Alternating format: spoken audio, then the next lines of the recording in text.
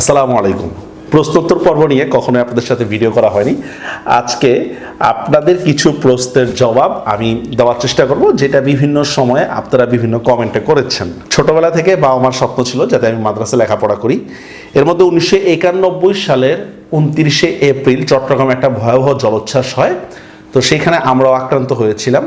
ওনার মাদ্রাসায় পড়ানোর ইচ্ছাটা পূরণ করার জন্য ছোটবেলায় মাদ্রাসায় নেই, আমার প্রাতিষ্ঠানিক শিক্ষা শুরু হয় চট্টগ্রাম আনোয়ারা থানায় চাপাতলি প্রাইমারি স্কুলে। তারপর আর দুইটা স্কুল শেষ করে এরপর ক্লাস 4-এ যখন আমি বই নিয়ে আসি তখনই আমাকে মাদ্রাসায় পাঠানো হয়। মাদ্রাসা থেকে কয়েক বছর পড়ার পরে হেফজো শেষ করি। হেফজো শেষ করার পরে কওমি মাদ্রাসা যে কিতাব বিভাগ আছে এখানে লেখাপড়া করি। 2011 সালে ফরিদাবাদ মাদ্রাসা থেকে দাওরা হাদিস শেষ করি। কওমি মাদ্রাসায় পড়া অবস্থায় এক ওস্তাদের তত্ত্বাবধানে থেকে জেনারেল লাইনে পড়ালেখা শুরু করি। পূর্ব কদমতলী আলিম মাদ্রাসা, এখান থেকে দাখিল পরীক্ষা দিই। তারপর ঢাকা কলেজ থেকে ইন্টারমিডিয়েট দিই।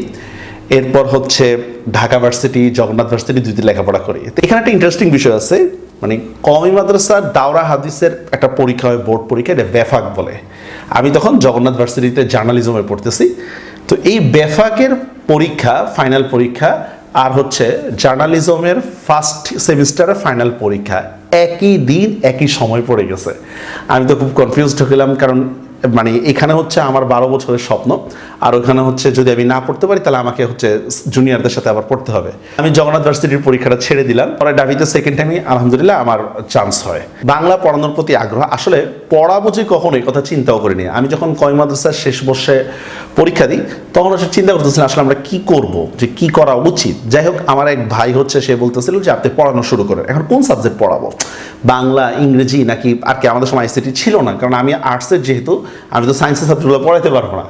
তো চিন্তা করলাম যে এটা যেহেতু একটু নেগলেক্ট সাবজেক্ট, দেখে এইটাই পড়াই, একটু সহজ আছে, মনে হয় পড়লে পারবো। তারপর জগন্নাথ ভার্সিটি যখন ক্লাস করতেছিলাম, মনিরুজ্জামান স্যার মেবি বাংলা ডিপার্টমেন্টের একজন টিচার, ওনার ক্লাসগুলো আমার খুব ভালো লাগছে। তো চিন্তা করলাম ঠিক আছে, নিজেও একটু চেষ্টা করি। আমি যে এলাকায় আছি এই এলাকায় 2000-এর উপরে কোচিং সেন্টার আছে। মানে এই এলাকায় যদি আপনাকে টিকতে হয় তাহলে ওইভাবে সার্ভিস দিয়ে আপনার টিকতে হবে। তো এদের সাথে কম্পিটিশন বা নিজের মানে কোয়ালিটি বাড়ানোর জন্য আস্তে আস্তে আস্তে আস্তে পরে দেখা যায় বাংলা সম্পর্কে জানা হয়। ইউটিউবে বাংলা ক্লাস, এটা খুব ইন্টারেস্টিং একটা বিষয়। এটা খুব সম্ভব 10 মিনিট স্কুলে নিয়ে একটা ছেলে একটা কথা লিখছিল যে আইমান সাদিক সবগুলো বিষয়ে ক্লাস দেওয়া শুরু করছে, এখন প্রাইভেট টিচারদের ভাত চলে যাবে। তো এইটা আমার খুব মারাত্মকভাবে লাগে, কারণ আমি ওই সময় পড়াই মোটামুটি 5-6 বছর হয়ে গেছে ওই সময় পড়াচ্ছি। তো আমার খুব ইগোতে লাগে কথাটা, এটা কেমন যে হ্যাঁ সে অবশ্যই যোগ্য। এখন উনি তো আসলে বলেন না, কিন্তু যেই ছেলেই পোস্টটা করছে আমার ভালোই হয়েছে। তো 2 নম্বরে আমার ওয়াইফ খুব ফোর্স করতেছিল যে ইউটিউবের জন্য ক্লাস দিতে। স্বাভাবিকভাবে ওর কথা শুনবো কেন। আর ইউটিউবে ক্লাস প্রথম ক্লাস দিতে গেলে এডিটিং জানি না, কি বলি না বলি, মানে পুরাই একটা খারাপ অবস্থা। আমার এখনো মনে আছে পাকিস্তান আমরা বাংলাদেশ নিয়ে আমি একটা ভিডিও করছিলাম, ওটা 20 মিনিটের একটা ভিডিও। তা আমি ওই সময় এডিটিং জানতাম না, আমার 4 মিনিটে শুধু কাশছি আমি, ওইটা পর্যন্ত ইউটিউবে আছে। আর করোনার মধ্যে মানুষ এখানে কমেন্ট করে এই যক্ষা হয়েছে, করোনা হয়েছে, ইত্যাদি ইত্যাদি। আপনি দেখবেন আমার অনেক ভিডিও আছে যেখানে এমনি তাকায় দিচ্ছি, অমনি তাকায় দিচ্ছি, মানে এইগুলো কাটতে পর্যন্ত জানতাম না। কিন্তু আসলে হাল ছাড়ি নেই, হাল ছাড়ি নেই বলতে আমি যদি মিস্টার পারফেক্ট তো আসলে কেউ প্রথমে থাকে না, চেষ্টা করে গেছি, যাই হোক চেষ্টা করে গেছি। কিন্তু এখন আলহামদুলিল্লাহ মনে হচ্ছে যে আমার ওই চেষ্টাটা দরকার ছিল, কারণ আমি এর সাথে অনেকেই দেখছিলাম যে মিস্টার পারফেক্ট হইতে গিয়ে শেষ পর্যন্ত আর ক্লাস দিতে পারেনি। তো আমার ওয়াইফ খুব জোরাজোরি করে মানে ক্যামেরার সামনে দাঁড়া করায় দেয়। যাই একটা ক্লাস নিলাম, ক্লাস নেওয়ার পরে খুব সম্ভব 20 জন মনে হয় সাবস্ক্রাইবার হয়েছে। তখন চিন্তা করলাম আচ্ছা ঠিক আছে, কারণ নিজেরই ক্যামেরার সামনে দেখতে প্রথমে ইতস্তত লাগলো, পরে খারাপ লাগে নাই, ভালোই লাগছে। এই থেকে ক্লাস দেওয়ার শুরু। দেখেন ইউটিউবে যখন আমি ক্লাস দিই 2017 সাল থেকে মেবি, তখন কখনো চিন্তাও করিনি যে আমাদের ইউটিউবে পড়াইতে হবে। আপনারা আমার ক্লাস দেখেন, সব পুরা মানে 1 ঘন্টা ক্লাস, 1.5 ঘন্টা ক্লাস, এরকমও আমার আছে। আমার পথ প্রবন্ধতা, ছোট্ট একটা প্রবন্ধ, যেভাবে আমি অফলাইনে কথা বলে ক্লাস দিই ঠিক ওইভাবেই ক্লাস দিছি, মানে A to Z সব পড়াই দিচ্ছি। ওই সময় আমার চিন্তাও ছিল না যে কখনো যে আমি অনলাইনে কোর্স করব। আমার মনে আছে এক মেয়ে আমাকে ফোন দিছিল, ফোন দিয়ে বলতেছিল যে স্যার আমি তো দৃষ্টি প্রতিবন্ধী, আমি আপনার কথাগুলো শুনে মানে এক্সাম দিতে চাই বাংলা, সুতরাং যাই হোক না কেন আপনি এইগুলো হচ্ছে কন্টিনিউ রাখেন। তো ওই যে একটা কথা বলছিল দুপুরবেলায়, তো এরপর থেকে আমি চিন্তা করলাম না, আমি আমার কন্টিনিউ করে রাখবো। এখন পর্যন্ত দেখেন ইউটিউবে আমার বাংলা নিয়ে নতুন সিলেবাস, পুরনো সিলেবাস, সব সিলেবাসের কিন্তু ক্লাস আছে। পরবর্তীতে যখন করোনা আসলো তখন স্টুডেন্টরা আমাকে ফোর্স করছে যে স্যার শুরু করেন। আচ্ছা, স্টুডেন্টরা ফোর্স করার কারণ কি? আমার যেটা মনে হলো যে ইউটিউবে দেখা যায় আমি একটা ক্লাস নিতে ঢুকলাম, তো এর ক্লাস দেখতে যা দেখা গেলো নিউ হিন্দি সং, সেই হিন্দি সঙ্গে চলে গেছে। কিন্তু যখন আমি একজন টিচারের অধীনে ক্লাস করব তখন অবশ্যই সেটা উপকৃত হবে, তখন আর আমাকে চাইলে আমি হিন্দি গানের মধ্যে আমি যাব না। আমাদের সম্পর্কে এই জিনিসটা আসলে বলাটা খুব নেগেটিভ বিষয় যে আমরা ফ্রি কোর্স করাই না কেন। দেখেন ইউটিউবে আমরা প্রচুর ফ্রি রিসোর্স দিয়ে রাখছি। এখন কোর্স করাইতে গেলে একটা সিরিয়াল মেনটেন করে, টাইম মেনটেন করে চলতে হবে। এই টাইমটা আমি আপনাকে দিব কেন? আমার তো অন্যান্য কাজও রয়েছে। আপনি দেখবেন যে আপনি যখন আপনার ভাইকে পড়ার কিংবা নিকট আত্মীয়দেরকে টিউশনিতে যান, যখন ওদের টাকা পান না, দেখবেন আপনার পড়ার প্রতি তেমন একটা আগ্রহ থাকে না। কিন্তু আপনি কিন্তু আবার টিউশনিতে যেখানে সিরিয়াসলি যাচ্ছেন, নিজের বাইরে পড়াইতে পারতেছেন না কিন্তু সিরিয়াসলি টিউশনিতে যাচ্ছেন। আরেকটা বিষয় না বললেই নয়, আমরা আপনাদের যতটুকু পারি চেষ্টা করি, এইটাই হচ্ছে আমাদের দোষ। বাঙালির জন্য হচ্ছে চেষ্টা করাটা, উপকার করাটা একটা দোষের। আপনারা যে বিভিন্ন কলেজ, স্কুল, ইউনিভার্সিটি পড়েন, বড় বড় টিচারদের কাছে পড়েন, তারা কি কখনো ফ্রি ক্লাসগুলো দিছে? আর আপনি যে বড় কলেজে পড়ে বড় গৌরব দেখাচ্ছেন, ওই টিচারকে বলেন না ফ্রি সবগুলো ক্লাস করে দিতে? কি বলবেন? ফিজিক্স, কেমিস্ট্রি, বায়োলজি, ম্যাথের যে ফ্রি ক্লাসগুলো আছে এগুলো কি কলেজ টিচাররা ম্যাক্সিমাম করছে, না আমাদের মতো ছেলেরা? কিন্তু দেখেন দিন শেষে তাদের সমালোচনাই বেশি। আমরা তো আপনাকে প্র্যাকটিক্যাল আটকে বাধ্য করি না যে আমার কাছে পড়তেই হবে, কিংবা আমরা কোনোভাবেই আপনাকে ফোর্স করি না আমার কাছে পড়তেই হবে। আমরা ইউটিউবে ফ্রি ক্লাস দিয়ে রাখছি, আপনি মানে হচ্ছে ভালো কন্টেন্টের জন্য আমার কাছে আসতেছেন। এরপরও যদি আপনি বলেন যে আমরা ব্যবসায়ী, আমরা এই সেই, তখন আসলে বলতে খারাপ লাগে। আরেকটা বিষয় হচ্ছে এই যে আমরা পড়াই ফ্রিল্যান্সার হিসাবে, এটা আমাদের জীবিকার একটা মাধ্যম। এখন দেখেন আপনার বাবা জব করে, তো জব করে কি উনি বেতন নেন না? আপনি যদি মসজিদের ইমাম সাহেব হন, এই জন্য কি আপনাকে বাংলা লিঙ্ক কোম্পানিকে ফ্রি দিবে কিছু? বলেন, আপনার কি বউ বাচ্চারা চালাইতে হবে না? আমি করোনার মধ্যে এমনও দেখছি টিচাররা ডাব বিক্রি করতেছে, এরকম অবস্থা হয়েছে। স্কুল বন্ধ হয়ে যাওয়া তো আজকে নতুন কিছু না। তো এরপরও এত কিছু ফ্রি দেওয়ার পরে, তারপর হচ্ছে টিচারদের এই সংকট দেখার পরে, তারপরও যদি আপনারা আসলে মানে গালাগাল করেন, সেটা আসলে খারাপই লাগে বিষয়টা। দোয়া করি আল্লাহ তাআলা আপনাদেরকে বুঝদান করুক। ভাই প্রাইসটা ডিপেন্ড করে হচ্ছে ফিউচার ভ্যালুর উপরে। বাংলা সবাই পড়াইতে পারে, কোনো সন্দেহ নাই, জিকে সবাই পড়াইতে পারে, তাহলে কেন এত দুরবস্থা? সিস্টেমটা খুবই সহজ, 9-10 বই মুখস্থ করো, আমার আর কিছুই লাগবে না। তার মানে ধরাটা আপনারা হচ্ছে জব পরীক্ষা এবং অ্যাডমিশন পরীক্ষায় পান। তো আমি সেটা কষ্ট করে অর্জন করছি। লিওনার্দো দা ভিঞ্চিকে একজন একটা কথা বলছিল যে ভাই আমার একটা ছবি এঁকে দাও, তো উনি কি করছে, তাড়াতাড়ি ছবি এঁকে দিছে, এঁকে দিয়ে বলতেছে আমার 500 টাকা দাও। তো বলতেছে কি ব্যাপার, তুই 2 মিনিটে একটা ছবি আঁকছো, তাহলে 500 টাকা? বলতেছে ভাই 2 মিনিটের ছবি আঁকার জন্য তো আমার 30 বছরের বিদ্যা লাগছে। আপনি একজন ইলেকট্রিকের ইঞ্জিনিয়ার আর যদি লেবার, দুইটা যদি এক মিলান তাহলে তো আর হবে না। তো দেখা যায় প্রাইস কমও অনেক কোর্স আছে, আবার প্রাইস বেশিতেও তো আছে।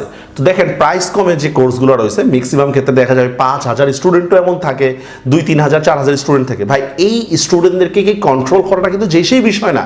আমি মানে বাছাই করা স্টুডেন্ট নিই, তাতেই কন্ট্রোল করতে খবর হয়ে যায়। কারণ সবসময় আমার মানে সাথে থাকতে হয় যে ফোন দিলে, ভয়েস দিলে, প্রবলেম থাকলে সাথে সাথে সলভ করা হয়। কারণ আপনার সাথে সাথে সলভ না করলে তো হবে না। যারা আমার অনলাইন পেড ব্যাচে আছেন তারা জানেন, আমরা জবের স্টুডেন্টদেরকে ম্যাক্সিমাম ক্ষেত্রে দেখি প্রথম খুব আগ্রহ থাকে, পরবর্তী আর আগ্রহ থাকে না। কারণ কি ওই দাম দিয়ে হচ্ছে তারা কোর্সটা কিনতে চায় না। এভাবে কিন্তু তার সময়টা চলে যাচ্ছে।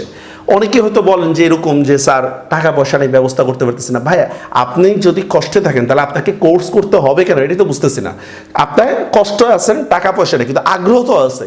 ইউটিউবে আমার ক্লাস আছে, ইউটিউবে অন্যান্য টিচারের ক্লাস আছে, ফেসবুকে লাইভ ক্লাস আছে, কত ধরনের ফ্রি কন্টেন্ট আছে। আপনি কেন ভাই টাকা খরচ করবেন? এখন আসলে মোবাইলে ওইভাবে গার্ডিয়ান বা কাউকে বোঝানো হয় না, কারণ একবারে কারো উপকার করতে যাওয়াটা আসলে ঠিক না। আমার কাছে অনেক সময় গার্ডিয়ান ফোন দেয়, স্টুডেন্ট ফোন দেয়, তো ফোন দিলে তারপর বলি বিষয়গুলো বুঝায় বলি এভাবে পড়ো। তো যাদেরকে বুঝায় বলি এরা আর ভর্তি হয় না কেন? স্যার মনে হয় আজাইডা আছে, 5 মিনিট কথা বলছে, বুঝছেন? আমার ব্যস্ততার মধ্যে, বাসের মধ্যে বা কোনো না কোনোভাবে তার সাথে কথাগুলো বলে তাকে বুঝাই। অ্যাডমিশনের স্টুডেন্টরা অনেক সময় ভর্তি হতে চায়, তো বলি ফোন দিয়ে যে এরকম যে আপনি লাইভ ব্যাচে তো ক্লাস করবেনই, প্রিভিয়াস রেকর্ড ব্যাচেও কিন্তু ক্লাসগুলো করে রাখেন, ঠিক আছে? কেন বললাম ভর্তি হলো না? এই জন্য এখন আর আসলে তেমন একটা কথা বলি না। কারণ হচ্ছে আমরা যদি আগ বাড়ায় যদি কারো উপকার করার চেষ্টা করি, তাহলে সে দেখবে যে এখানে আমার ব্যবসা আছে। আরে ভাই ব্যবসা, আমার তো ব্যবসা আছেই, আমার ব্যবসার মাধ্যমে যদি আপনার উপকার হয় তাহলে কি সমস্যা আছে বলেন? তো এইটা আসলে আমরা বুঝতে চাই না। আমরা অনেক সময় নিজেরাই রোগ ঠিক করে আসি, স্যার আমার তো প্রথম পত্রে কোনো প্রবলেম নেই, সেকেন্ড পেপারের প্রবলেম, তো প্রথম পেপারে কোশ্চেন করলে তখন পারো না কেন বাবা, সেকেন্ড পেপারে এই টপিকে প্রবলেম, আর কোনো টপিকে প্রবলেম নেই, কারণ ওই যে 9 10 বই মুখস্থ করে আসছে। তো আগে থেকে রোগ সারানোর জন্য আইসেন না, মানে রোগ নির্ধারণ করার জন্য হচ্ছে ডাক্তারের কাছে যান। আমি যদি আমার মেধা, সময়, শ্রম খরচ করে যদি আমি টাকা কামাই, আপনার সমস্যাটা কি বলেন? আর এত টাকা বলতে কি বুঝাচ্ছেন আপনি? আচ্ছা, আমার কি আপনাদের সেবা করাটা কি আমার জন্য ফরজ, নাকি আমার বউ বাচ্চা, মা বাবা, আমার আত্মীয় স্বজনের সেবা করাটা ফরজ? অবশ্যই নিকট আত্মীয়দের সেবা করা ফরজ, ঠিক না? তো আমি এই সেবা করার জন্য যে উপাদানটা, সেটা কোত্থেকে নেবো? সেটা অবশ্যই আল্লাহ তাআলা রিজিকের মাধ্যমে করবেন, ঠিক না? এটা তো এমন না আকাশ থেকে মানে ফিকে মারবেন। আপনার বাবা যে আপনাদের সংসার চালায়, সেটা কিভাবে পান বলে তো? উনি সারা মাস জব করেন বা বিজনেস করেন, তার মাধ্যমে। তো এত টাকা না কত টাকা, তো আমি যদি মেধা খাটিয়ে করি, তাহলে আপনার সমস্যা কি? আপনি করতেছেন না কেন? আপনিও টাকা কামান। এই প্রশ্নটা অনেকেই করেন, ইউটিউব থেকে আমরা কোটি কোটি টাকা কামাই। এই দেখেন, এই যে ইউটিউবের যে ইনকাম, এটা দেখেন, আমি আপনাদেরকে দিয়েই দিলাম যে এই যে হচ্ছে ইউটিউবের ইনকাম। দেখেন এই যে 28 দিনে এখানে $17, আপনারা দেখতে পাচ্ছেন কিনা জানি না, 28 দিনে $17 হচ্ছে এখানে ইনকাম। বলেন আমরা কত কোটি কোটি টাকা কামায় ফেলছি এই ইউটিউব থেকে। যারা ইউটিউব কন্টেন্ট নিয়ে আসলে কাজ করেন, তারাই বলতে পারবেন যে আসলে কি কি আছে। পাইরেসি শুনে কিছু বলতে চাই না, আমরা স্টুডেন্টরা মনে করি পাইরেসি করাটা হচ্ছে নৈতিক। দেখেন, ফ্রি রিসোর্স আমরা প্রচুর পরিমাণে দিয়ে রাখছি, ফ্রি রিসোর্স প্রচুর, মানে ফুল দিয়ে রাখছি। আমার না হোক অন্য টিচার আছে, অন্য টিচারের না হোক অন্য টিচারের আছে, প্রচুর পরিমাণে ফ্রি রিসোর্স আছে। একটা স্টুডেন্ট কোনো টিচারের কাছে পড়া লাগবে না, ফ্রি রিসোর্সগুলো দেখলে হবে। তারপরও আপনারা অনেকে আছেন পাইরেসি করেন, মানে পাইরেসি করা জাহান্নামটাকে ওয়াজিব করেন। দেখেন, এইটা হচ্ছে বান্দার হক। আপনারা বলবেন যে হ্যাঁ আমরা ফ্রি সফটওয়্যার ইউজ করি, আমরা এই করি সেই করি। ভাই, এইভাবে করলে তো আসলে কোনো অপরাধী অপরাধ থাকবে না। আপনি কি করলেন? ডাকাতি করলেন, ডাকাতি করে চিন্তা করলেন, ভাই তুমি ডাকাতি করছো, আরে অমুকে হাজার হাজার কোটি টাকা অর্থ পাচার করে দিচ্ছে, আর আমি না তো একটু 2 লাখ টাকার ডাকাতি করছি, তার জন্য সমস্যা। বলেন, আপনি ঘুষরে কি মনে করবেন? আরে অমুকে যা ঘুষ খাইতে খাইতে 10 তলা বাড়ি করে ফেলছে 3টা, আর আমি মাত্র হচ্ছে বাজার করার জন্য আছি, ঘুষ খাইছি, এটাই আপনি অপরাধ মনে করতেছেন? ভাই, বান্দার হক তো কখনো মাফ হবে না। আপনি মনে করতেছেন এই কোর্সগুলো, মানে রিসোর্সগুলো হচ্ছে আপনি পাইরেসি করতেছে। এখান থেকে যত মানুষ দেখতেছে, সোয়াব তো হচ্ছে না, বরঞ্চ আরো গুনাহ হচ্ছে। সোয়াব হবেই না, গুনাহ হচ্ছে। দেখেন, ইউটিউবে আমি ফ্রি ক্লাস দিয়ে রাখছি, তারপরেও কেন আপনারা মানে পাইরেসি করেন বলেন? ইউটিউবের সমস্যাটা কি? যে হচ্ছে নিয়মিত ক্লাসগুলো দেখা যায় না, বা নিয়মিত হচ্ছে যে একটা টিচারের যে অধীনে থাকে, এটা করা যাচ্ছে না। তো আপনি পাইরেসি করে কি লাভ হচ্ছে বলেন? পাইরেসি করে কি সে অধীনে যাচ্ছে বলেন? প্রচুর পরিমাণে পাইরেট কোর্সগুলো রয়েছে। তো এগুলো দিয়ে আসলে কেন আপনারা কিয়ামতের দিন মানে হচ্ছে বিপদে পড়তে চান আমি জানি না। যদি মানে হচ্ছে ধর্মে বিশ্বাস না থাকে, তাহলে সেটা ভিন্ন। যদি পাবলিক ইউনিভার্সিটির চান্স না হয়, তাহলে কেউ মরে যাবেন না, বিষয়টা এমন না। পাবলিক ইউনিভার্সিটির চান্স হওয়াটা জরুরি কিছু না, যদি হয় তাহলে ভালো, না হলে যে আপনি ব্যর্থ হয়ে যাবেন এমন না। আমরা অনেক ক্ষেত্রে দেখছি পাবলিক ইউনিভার্সিটির পুরো স্টুডেন্টের চেয়ে যারা পড়ে নেই, তারা অনেক ভালো করছে। আসলে মেধার বিষয়, কোয়ালিটির বিষয়, তারপর হচ্ছে সময়ের মূল্যায়নের একটা বিষয়। যে এখন থেকে এগুলা কাজে লাগাবে, ফ্রিল্যান্সিং আছে, বিভিন্ন সেক্টর আছে, তারাই আসলে মানে হচ্ছে ভালো কিছু করতে পারবে। আশা করি আপনাদের ভালো লেগেছে। সবাই ভালো থাকবেন, আল্লাহ হাফেজ।